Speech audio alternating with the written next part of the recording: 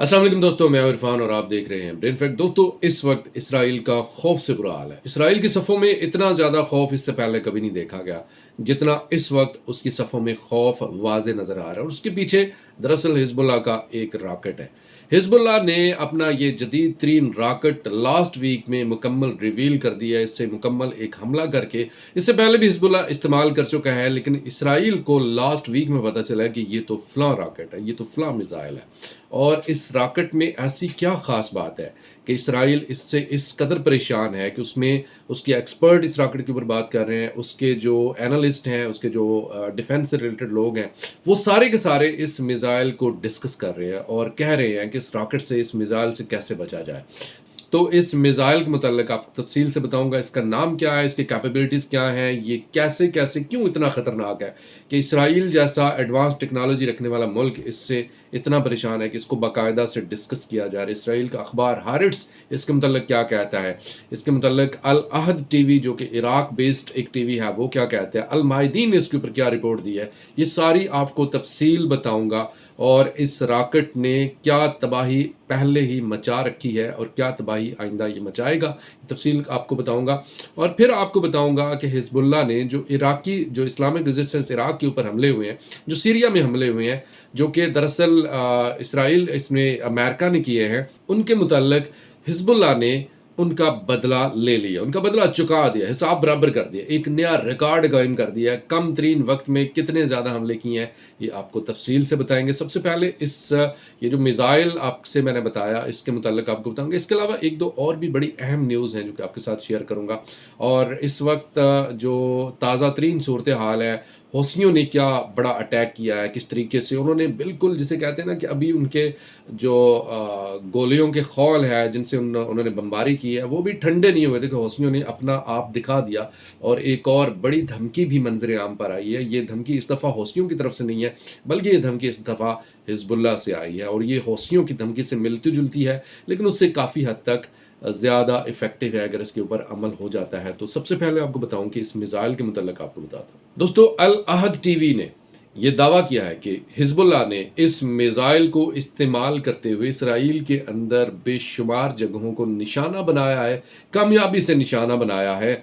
और इस मिसाइल का नाम है दोस्तों डायमंड 1 या अलमास 1 भी इसे कहा जाता है। इसके मतलब हारिस ने दावा किया, वो आगे चलकर आपको बताता हूँ, लेकिन पहले आपको इसकी कैपेबिलिटीज बता दूं कि ये मिसाइल, इसकी कैपेबिलिटीज क्या है। नंबर 1, ये मिसाइल आमतौर पे मिसाइल को लॉन्च करने के लिए जो है वो मतलब उसको जो लॉन्च करने वाला है वो देख रहा होता है कि किस जगह पे जाकर इस मिसाइल ने हिट करना है, कहाँ पर इसने हिट करना है, किसी न किसी तरीके से उसको देखा जा रहा होता है। लेकिन ये वाला जो मिसाइल है, ये इतना इसकी एडवांस टेक्नोलॉजीज़ हैं कि इसको ज़रूरी नहीं है कि वो जो इसको ऑपरेट कर रहा है वो देखे कि मैंने कहाँ पर निशाना लगाना है, और इसको इसको चला दिया जाता है। जब ये इसको चलाया जाता है तो उसके अंदर ऐसी कैपेबिलिटीज़ हैं कि ऑटोमेटिकली एक एल्टीट्यूड गेन करता है, और ये कंट्रोल्ड एल्टीट्यूड है। जितना जो ऑपरेटर है वो चाहता है उतना एल्टीट्यूड ये गेन कर लेता है। सेकंड और थर्ड नंबर पर ये, इसके बाद जो सबसे खौफनाक चीज़ है वो ये है कि ये जो इसमें टारगेट, ये गाइडेड मिसाइल है, मुकम्मल तौर पर गाइडेड मिसाइल है। इसको जो है, इसको जब ये अपना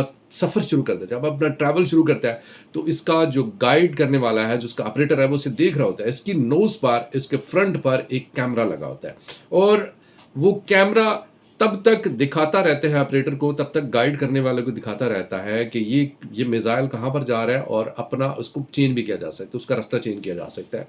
तो ये तब तक अपना सफ़र जारी रखता है जब तक ये मतलूबा टारगेट को हिट नहीं कर लेता। और मतलूबा टारगेट को हिट करने के बाद ये ज़ाहिर है कि ब्लास्ट हो जाता है।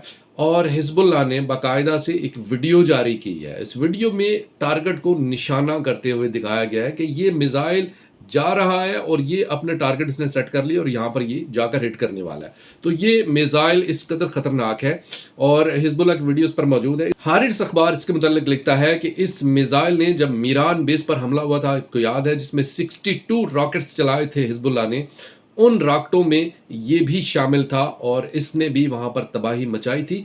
इसराइल के एक जो एक्सपर्ट हैं इन मिसाइलों के और इन रॉकेट्स के जो एक्सपर्ट हैं, तल इम्बार उनका नाम है, उन्होंने कहा है कि ये रॉकेट्स, इसके नाकाबिल तरदीद सबूत इसराइल को मिल गए हैं कि ये मिसाइल्स इस्तेमाल हुए हैं। जो हिजबुल्लाह ने लास्ट वीक जो अटैक किया है उसमें ये मिसाइल इस्तेमाल हुए हैं, इसके नाकाबिल तरदीद सबूत इसराइल को मिल गए हैं। नंबर एक। नंबर दो, वो ये लिखता है कि इस मिसाइल को दरअसल जो इसराइली मिसाइल्स हैं, फिर हारिस अखबार में ही यही एक्सपर्ट लिखता है कि ये जो मिसाइल है ये दरअसल कार्नेट मिसाइल के बरक्स, यानी कार्नेट मिसाइल जो है उसको गाइड नहीं किया जा सकता, उसको सामने रखकर चलाना पड़ता है, उसको दिखाना पड़ता है, जहां पर आपने सेट कर दिया वो वहां पर सेट हो गया। इसके बरक्स ये वाला जो मिसाइल है ये मुकम्मल तौर पर गाइडेड मिसाइल है, ये लेजर गाइडेड नहीं है। इसको मुकम्मल तौर पर जो है ऑपरेटर अपनी मर्जी से चेंज कर सकता है, इसका कोर्स चेंज कर सकता है, इसके मतलब इसका टारगेट चेंज कर सकता है, इसको किसी भी वक्त कहीं पर भी हिट किया जा सकता है, इसको चलाने के बाद मुकम्मल तौर पर ऑपरेट किया जाता है। तो ये इस मिसाइल का सबसे खौफनाक पहलू है जो कि इस वक्त इसराइल को परेशान कर रहा है। दरअसल इसराइल के इस एक्सपर्ट ने एक और बात भी कही है, और वो ये है कि हिजबुल्लाह के ऊपर जब लबनान की जंग हुई थी इसराइल के साथ 2006 में, तब इसराइल के जो स्पाइक्स मिसाइल थे वो बड़ी तादाद में इसने पकड़ लिए थे हिजबुल्लाह ने, और उनको देखते हुए, उनसे रहनुमाई लेते हुए हिजबुल्लाह ये मिसाइल बनाने में कामयाब हुआ है। दरअसल ये बात कोई दुरुस्त नहीं है, मतलब कोई हजम होने वाली बात नहीं है। उसकी वजह ये है दोस्तों कि इस वक्त जो मिसाइल टेक्नोलॉजी है उसमें ईरान बहुत आगे है। ईरान ने हत्ता के ड्रोन्स टेक्नोलॉजी, उसने रशिया को ड्रोन्स बना कर सेल करने शुरू किए हुए हैं। तो ये कहना कि ये हिजबुल्लाह ने ये वाला मिसाइल जो है दरअसल इसराइल की टेक्नोलॉजी को इस्तेमाल करते हुए ये वाला मिसाइल इस्तेमाल बनाया है, तो ये बात दुरुस्त नहीं है। उसकी वजह यह है कि ईरान एक बड़ी जानी मानी ताकत है और ईरान का हिजबुल्लाह के साथ कोऑपरेशन किसी से ढका छुपा नहीं है। तो ईरान ने इसमें डेफिनेटली हेल्प की होगी हिजबुल्लाह को ये रॉकेट बनाकर देने में। तो इसका इसराइली अखबार के इस एक्सपर्ट का ये दावा सिर्फ एक कोशिश है कि अपने आप को अपनी बर्तरी साबित की जाए कि हमारे ही मिसाइल को देखकर हिजबुल्लाह ने ये मिसाइल बनाया, और अगर आपके ही मिसाइल को देखकर हिजबुल्लाह ने ये मिसाइल बनाया है तो 2006 से लेकर अब तक तो इसराइल की जो टेक्नोलॉजी है वो कई गुना बढ़ चुकी है, कई गुना आगे निकल चुका है। तो इस मिसाइल को रोकने का तरीका भी आपको आता होगा, फिर इस पे ऊपर आपका खौफ ज़्यादा होना बनता नहीं है। तो ये इस वक्त जो ताज़ा तरीन एक सूरत हाल आपको मैंने बताई, इसकी जो कैपेबिलिटीज़ हैं उनमें जो छुपे हुए टारगेट्स हैं जिनको कैमोफ्लाज कर दिया जाता है वो भी ये डिटेक्ट करने की सलाहियत रखता है। और फिर इसके अंदर एक और जो बड़ी ज़बरदस्त चीज़ है वो ये है कि ये जासूस तैयारों यानी जासूस ड्रोन तैयारे जो हैं उनको ये नज़र नहीं आता, वो इसे डिटेक्ट नहीं कर सकते। ये सारी चीज़ें मिलकर इस मिसाइल को बहुत ज़्यादा खतरनाक बना रही हैं। अभी और बहुत कुछ है, हिजबुल्लाह ने बाकायदा से ये दावा किया हुआ है कि अभी हमारे पास और बहुत कुछ है जो कि हम सरप्राइज़ के तौर पर अपने पास छुपा कर रखे हुए हैं, और हम आपको ये सरप्राइजेस देंगे। इराक ने इस हमले के ऊपर जो अमेरिका ने इराक और सीरिया के ऊपर किया है, इसके ऊपर 3 रोज़ा सोग का ऐलान किया है, क्योंकि इराक में इतलात ये हैं कि काफ़ी ज़्यादा शहादतें हुई हैं इसको लेकर। अब हिजबुल्लाह ने इसका बदला लिया है और हौसियों ने भी इसका जवाब दिया है और मज़ीद देने का वादा भी किया है। हिजबुल्लाह ने 2 घंटे के अंदर, सिर्फ 2 घंटे के अंदर 120 मिनट्स के अंदर 6 बड़े हमले किए हैं इसराइल पर, जिसमें इसराइल का बहुत ज़्यादा नुकसान हुआ है। इन हमलों की तमाम तफसील आपके सामने रखने वाला हूँ। हिजबुल्लाह ने पहला हमला, याद रहे, टोटल 8 हमले किए हैं, इनमें 2 घंटे के अंदर 6 हमले हुए हैं और टोटल कल के दिन में 8 हमले हुए हैं। पहला हमला जो है ये इस 2 घंटों के अलावा है।